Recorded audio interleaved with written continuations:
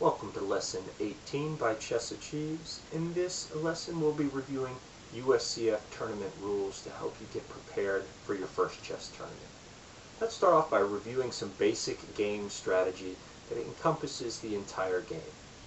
The opening really consists of the first 10 to 15 moves. In the opening you should be focused on controlling the center 4 squares, getting your knights out before your bishop, castling your king to safety.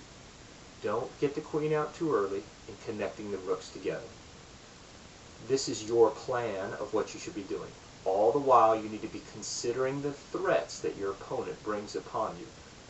If their threat interrupts your plan, you have to address the threat. In the middle of the game, you should constantly be looking for free pieces. You should watch out for checkmate from your opponent, watch out for forks, pins, skewers, discoveries, and how to remove defenders during the middle of the game. These are things you have to look out from your opponent and also things to do to your opponent. At the end of the game, remember, you typically need 2 pieces in order to win at the end. Whether it be a king and a rook, a king and a queen, you have to push your opponent's king to one side of the board. Watch out for stalemate situations. If you push them to one edge of the board, make sure on their turn, if you're not checking them, that they have a space to go to before you make your move. If you're winning in a game by 2 points or more, this could be 2 pawns, or maybe you've got a good exchange for like a knight for a rook. Once you're winning by 2 points or more, your strategy is to simplify the game. If you can simplify the game and make even trades, you should be able to win the game if you're winning by 2 points or more. If you're losing by 2 points or more, then you want to try to avoid trades when possible. If all you have is your king left, remember, you can try for a draw by offering a draw, or the 50 move rule, 50 moves from the last pawn moved or the last piece captured, or draw by repetition. If the same position exists 3 times at any point during the game, you can have a draw by repetition. Look for ways to end up in stalemate. Don't just give up if you're losing. After a game, try to review your game for errors. Hopefully you took notation during the game and you can study and practice to improve.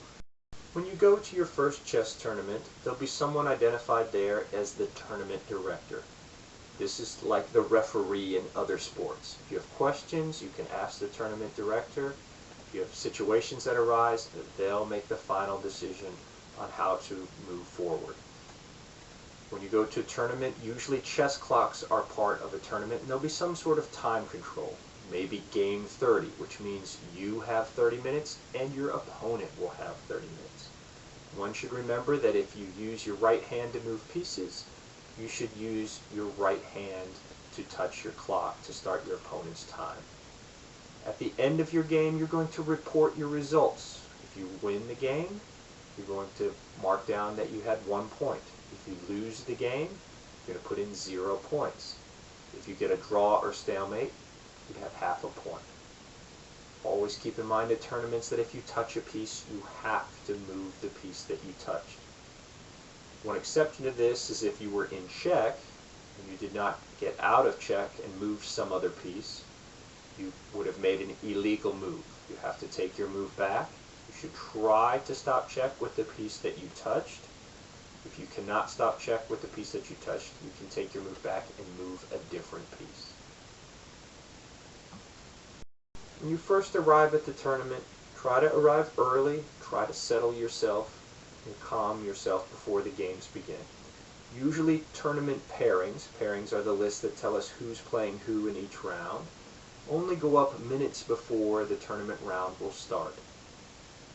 There's 2 basic formats that you see at USCF tournaments across the United States. There's what's called round robin, where you're going to play everybody in your group. So you might be assigned a group of, say, 4 players. If it's a 3-round tournament, you'll play the other 3 players in that group.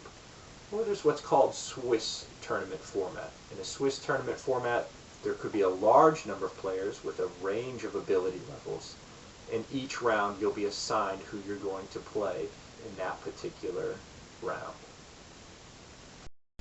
Always conduct yourself at a chess tournament in the highest regard. Make positive comments to your opponents if you're going to make any comments at all. Talking during the games should be prohibited except when absolutely necessary. For example, if your opponent has made an illegal move, you should tell them that's an illegal move so that they take their moves back. But for the most part, you want to avoid distractions. You shouldn't be singing, dancing, eating loud foods, listening to loud music. All those things need to be avoided. Conduct should be of the utmost importance to respect your opponent and other players at a tournament. Many young players like to play blitz chess. Blitz chess is defined by USCF as anything with a time control of 29 minutes or less per player. For blitz games, the rules can vary slightly. Be sure to check with your tournament director about any variations in the rules for a blitz match before the games begin. If at any point during an event you have a question, you can always pause your clock and find the tournament director by either raising your hand or going to the tournament director and asking the question. Note, you cannot during a tournament review any sort of instruction materials. The most important bit of advice I can offer a new tournament player is to simply take your time, identify your opponent's threats, try to identify a plan for yourself on what you want to go after, what you want to attack in order to be able to win the game. By taking your time and considering multiple options, looking through your pieces, you'll be able to find the best move every turn for you. Good luck, players.